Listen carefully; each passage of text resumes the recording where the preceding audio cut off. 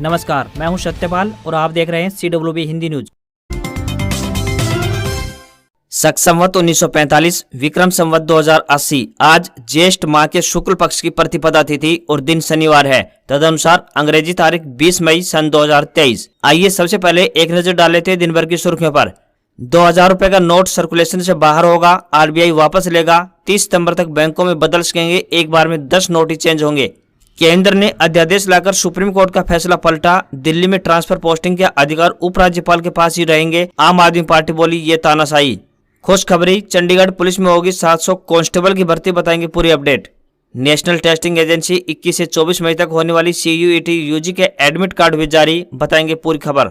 Haryana board का open 10वीं 12वीं का रिजल्ट हुआ जारी, दोनों कक्षाओं में 80% बच्चे हुए फेल। पंजाब हरियाणा हाईकोर्ट ने हरियाणा कर्मचारी चयन आयोग यानी HSSC को बड़ा झटका दिया। हाईकोर्ट ने सीड सर्टिफिकेशन ऑफिसर यानी SCO और माइनिंग इंस्पेक्टर की भर्ती की प्रक्रिया को रोक लगा दी है।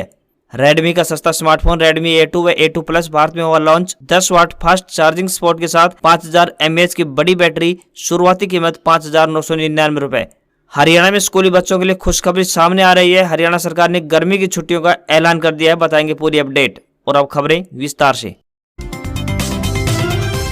हरियाणा इन दिनों झुलसाती धूप और गर्मी से बेहाल है। गर्मी का ये सिलसिला फिलहाल थमने वाला नहीं है। इसका कारण है नोतपा। हरियाणा में इसकी 25 मई से शुरुआत होने जा रही है। इसके कारण 6 दिन गर्मी का खासा असर दिखाई देगा। हालांकि इससे पहले मौसम विभाग ने 23 मई को एक दिन के बारिश की संभावना जताई है। साथ ही येलो अलर्ट भी जारी कर दिया है। सूरज की तपिश से गर्मी की फसलों को नुकसान पहुंच सकता है। इस साल गर्मी की फसलों को लेकर सरकार और किसान दोनों बेहद चिंतित दिखाई दे रहे हैं। विशेषज्ञों का कहना है कि गर्मियों की फसलों के लिए अधिकतम सहनीय तापमान 35 डिग्री सेल्सियस होता है। यदि तापमान 40 डिग्री सेल्सियस से अधिक पहुंच जाता है तो इससे फसलों को भारी नुकसान पहुंचेगा। भीषण गर्मी को देखते हुए लोगों के लिए एडवाइजरी जारी की गई है। भीषण गर्मी के दिनों में कम से कम 4 से 5 लीटर पानी पिएं। दही, लस्सी, नारियल पानी, नींबू की शिकंजी का प्रयोग करें। तेज धूप में घर से बाहर निकलने में परहेज करें। धूप से आने के तुरंत बाद पानी न पिएं। फ्रिज के ठंडे पानी की बजाय घड़े का पानी पिएं।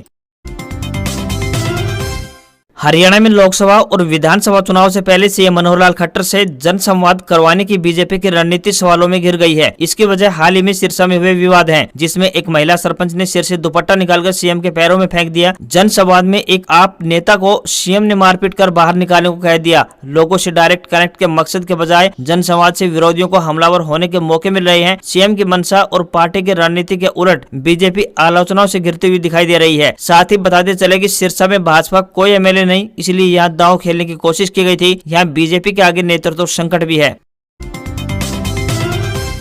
हरियाणा सरकार के निर्देशानुसार श्री गुरु अर्जुन देव जी महाराज के शहादत दिवस पर 23 मई को एक दिन का सरकारी अवकाश घोषित किया गया है, जिसका हरियाणा से गुरुद्वारा मैनेजमेंट कमेटी के सदस्यों ने स्वागत किया है। इससे पहले हरियाणा सरकार के कैलेंडर के अनुसार इस दिन को वैकल्पिक अवकाश घोषित किया गया था। हरियाणा सरकार के मुख्य सचिव की ओर से जारी अधिसूचना के मुताबिक 23 मई को राज्य के सभी सरकारी ऑफिस बंद रहेंगे। स्कूलों में भी छुट्टी रहेगी। सरकारी आदेश के अनुसार सभी सरकारी कार्यालयों के साथ बोर्ड, निगम एवं शैक्षणिक संस्थानों में भी रिस्ट्रिक्टेड हॉलीडे की घोषणा की गई है। प्रधानमंत्री किसान ऊर्जा सुरक्षा एवं उत्थान महाअभियान एवं कुसुम योजना के तहत सोलर वाटर पंप के लिए आवेदन करने की तारीख 23 मई तक बढ़ गई है। जिन किसानों ने बिजली ट्यूबवेल के लिए आवेदन जमा करवाए थे, उनको ये सोलर पंप दिए जाएंगे। 1 हॉर्स पावर से लेकर 10 हॉर्स पावर तक की क्षमता के सोलर वाटर पंप के लिए आवेदन करने की तारीख अब 30 मई तक बढ़ा दी गई है। जो लोग 2021 तक बिजली ट्यूबवेल के लिए आवेदन कर चुके हैं, उनको सरकार बिजली नलकूप की बजाय 75% सब्सिडी पर सोलर वाटर पंप दे रही है। पेड़ों की कमी के चलते जहां एक और जलवायु परिवर्तन के कारण मौसम चक्र बदलता जा रहा है, तो दूसरी ओर किसान खेतों में फानों को आग के हवाले कर रहे हैं। साथ ही फानों की आग से सड़क किनारे खड़े पेड़ों की हरियाली को भी झुलसा रहे हैं। लेकिन वन विभाग और प्रशासन भी आंखें मूंदे हुए बैठा है। आए दिन वनों का क्षेत्रफल कम होता जा रहा है, जिसके कारण न तो समय पर बारिश होती है और न ही समय पर गर्मी और सर्दी का मौसम आ रहा है। खेतों में गेहूं और धान के फानों के साथ ही नहर, नालों, सड़कों के आसपास उगी हुई झाड़ियों और सरकंडों में आग लगाकर जला देते हैं, जिससे पेड़ और पौधे आग की लपटों में झुलस जाते हैं। इससे हरियाली भी कम होती जा रही है। हरियाणा के रोहतक में सांपला किलोई हल्के के 7 गांवों का पूर्व मुख्यमंत्री भूपेंद्र सिंह हुड्डा ने शुक्रवार को दौरा किया। इस दौरान लोगों के साथ बैठकें भी की। भूपेंद्र सिंह हुड्डा ने जननायक जनता पार्टी यानी जेजेपी के बयान पर चुटकी लेते हुए कहा कि हरियाणा में जजपा का सुपड़ा साफ होने वाला है। जेजेपी अब राजस्थान के चुनाव में अपनी किस्मत आजमाने की बात कह रही है और 30 सीटों पर चुनाव लड़ने के लिए संगठन को तैयार करने में जुट गई है। हुड्डा ने कहा कि जननायक जनता पार्टी का 2024 के चुनाव में सुपड़ा साफ होने वाला है। इस बात में किसी को भी शक नहीं है और इसलिए वे अपनी जमीन तलाशने के लिए राजस्थान की ओर रुख बुक कर रहे हैं। हरियाणा विद्यालय शिक्षा बोर्ड यानी HBSC ने शुक्रवार को 10वीं और 12वीं कक्षा की ओपन परीक्षा का रिजल्ट जारी कर दिया है। हैरानी की बात यह है कि दोनों ही परीक्षाओं में 80% से ज्यादा बच्चे फेल हुए हैं। परीक्षार्थी अपना परिणाम बोर्ड की आधिकारिक वेबसाइट www.bses.org.in पर देख सकते हैं। बोर्ड चेयरमैन ने बताया कि सेकेंडरी मुक्त विद्यालय यानी फ्रेश की परीक्षा में 10,387 परीक्षार्थी प्रविष्ट हुए थे। इनमें से 1,803 परीक्षार्थी पास हुए हैं, जबकि 8,584 परीक्षार्थियों की रीअपियर आई है।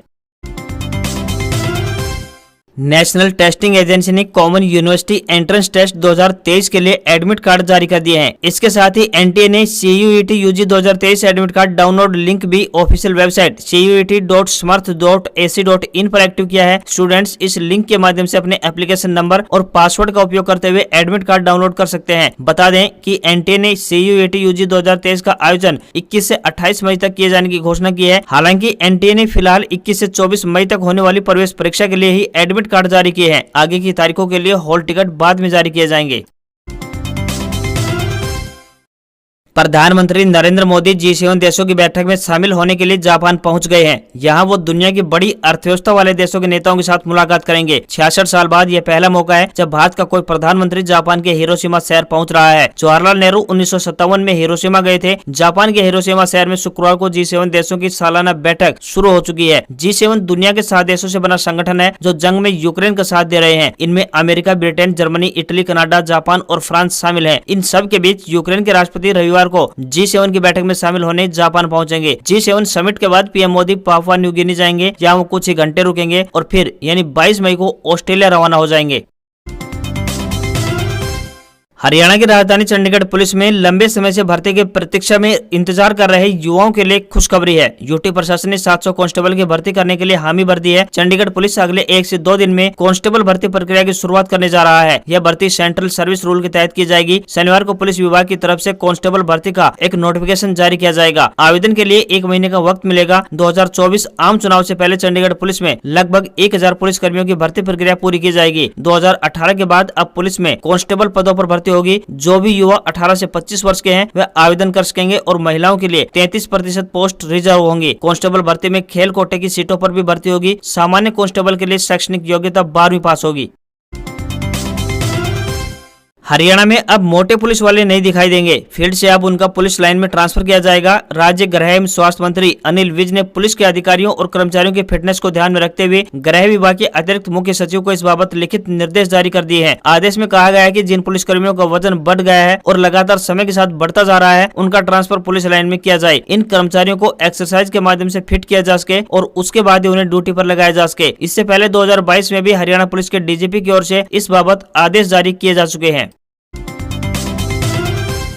रिजर्व बैंक 2000 रुपए का नोट सर्कुलेशन से वापस लेगा, लेकिन मौजूदा नोट अमान्य नहीं होंगे। 2000 रुपए का नोट नवंबर 2016 में मार्केट में आया था। तब प्रधानमंत्री नरेंद्र मोदी ने 500 और 1000 रुपए के नोट बंद कर दिए थे। इसकी बजाय नए पैटर्न में 500 का नया नोट और 2000 का नोट जारी किया गया था। RBI साल 2018-19 से 2000 के नोटों की छपाई बंद कर चुका है। RBI ने फिलहाल 30 सितंबर तक 2000 रुपए के नोट बैंकों में बदलने या फिर अकाउंट में जमा करने को कहा है, लेकिन यह भी कहा है कि यह इसके बाद भी लीगल रहेगा। ऐसा सिर्फ लोगों को प्रोत्साहित करने के लिए किया जा रहा है ताकि वे यह नोट बैंकों को वापस करें। एक बार में अधिकतम 20,000 रुपए की कीमत के नोट ही बदले जाएंगे, लेकिन अकाउंट में इन नोटों को जमा करने पर लिमिट नहीं होगी। अब बैंक 2000 रुपए के नोट इश्यू नहीं करेंगे। सरकार ने इसे अभी चलन में भले ही बरकरार रखा है, लेकिन व्यापारी इससे लेन देन करने में कतरा सकते हैं। ऐसे में बेहतर होगा कि आप इन्हें बैंक से ही बदल लें। यह फैसला सभी के लिए लागू है। हर व्यक्ति को जिसके पास 2000 रुपए के नोट है, उसे उन्हें 30 सितंबर तक बैंक की किसी भी ब्रांच में डिपॉजिट करने या फिर दूसरे नोटों से एक्सचेंज कराने होंगे।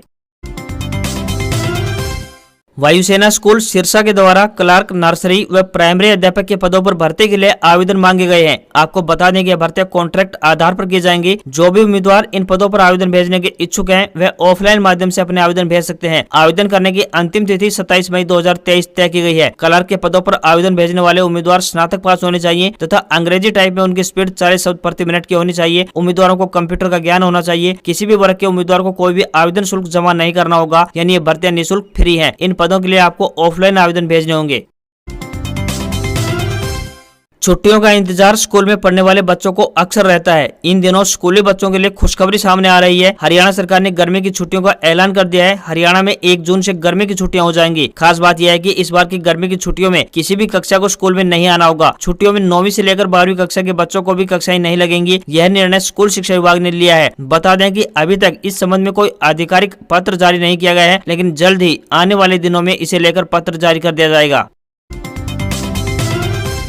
भारतीय शेयर बाजार में 5वें और आखिरी कारोबारी दिन तेजी देखने को मिली। सेंसेक्स 297 अंकों की तेजी के साथ 61,729 के स्तर पर बंद हुआ। निफ्टी में भी 73 अंकों की तेजी दिखाई दी। यह 18,203 के स्तर पर बंद हुआ। सेंसेक्स के 30 शेयरों में 22 में तेजी तो 8 में गिरावट देखने को मिली। वहीं सराफा बाजार की बात करें तो सराफा बाजार में सोने में गिरावट और चांदी में तेजी देखने को मिली। 24 कैरेट सोना 60,275 रुपए प्रति 10 ग्राम के स्तर पर बंद हुआ। चांदी की बात करें तो ये 71,784 रुपए प्रति किलोग्राम पर पहुंच गई है। उधर पेट्रोल डीजल के दामों में कोई बदलाव नहीं हुआ है। आपको यहाँ पर बताते चले कि बीते 1 साल से स्थिर है। उधर डॉलर रुपया के मुकाबले 2 पैसे मजबूत होकर $1 का रेट 82 रुपए 67 पैसे के स्तर पर बंद हुआ। आज खबरों में बस इतना ही। देखते रहिए हरियाणा का सबसे बेहतरीन news channel CWB Hindi news. नमस्कार।